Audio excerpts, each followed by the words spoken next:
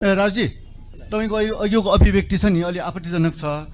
वर जनप्रतिनिधि चाहिँ रोबन बस्न मानिएन भन्ने कुरा त्यो तपाईँले भन्न पाउनुहुन्छ त्यो कुरा चाहिँ अडालले क्वेसन गर्ने हो यदि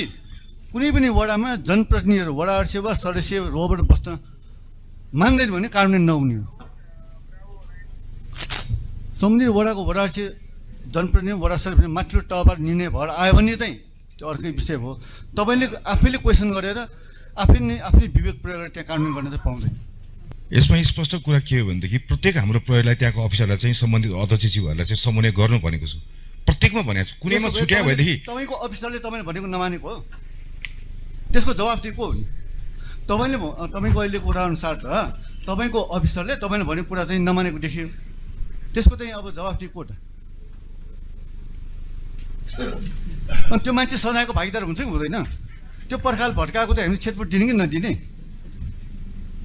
मलाई प्राप्त सूचना अनुसार 15 नम्बर वडाको जुन अस्ति पर्खालको कुरा छ वडाबाट चाहिँ प्रतिनिधि बस्न नमानिएको भन्ने मलाई रिपोर्टिङ छ र त्यो म के हो यथार्थ बुझ्छु हामीले प्रत्येक वडामा काम गर्दाखेरि वडाको प्रतिनिधि बिना वडा अध्यक्षज्यू सदस्यज्यू बिना हामी कामै गर्दैनौँ आखिर कानुनी व्यवस्था नै त्यो छ प्रत्येक वडामा चाहिँ हाम्रो प्रहरीलाई समन्वय गर्न हामीले भनेका छौँ प्रत्येक वडामा जस्तै मैले पर्टिकुलर केसमा चाहिँ अहिले न्युरोडै भने अध्यक्षज्यूले चाहिँ पार्किङ दिनुपर्छ भनेर भन्नुहुन्छ हामी दिन सक्ने अवस्थामा छैनौँ मैले पार्किङ भन्दाखेरि ससुर कुरा आउँछ मैले कहाँ भनेको छु एसपी साहब मेरो स्वयं एसपी साहबलाई चाहिँ म यो 15 वटा 22 वटामा भन्छु म अहिले मलाई के लागिरहेको छ भने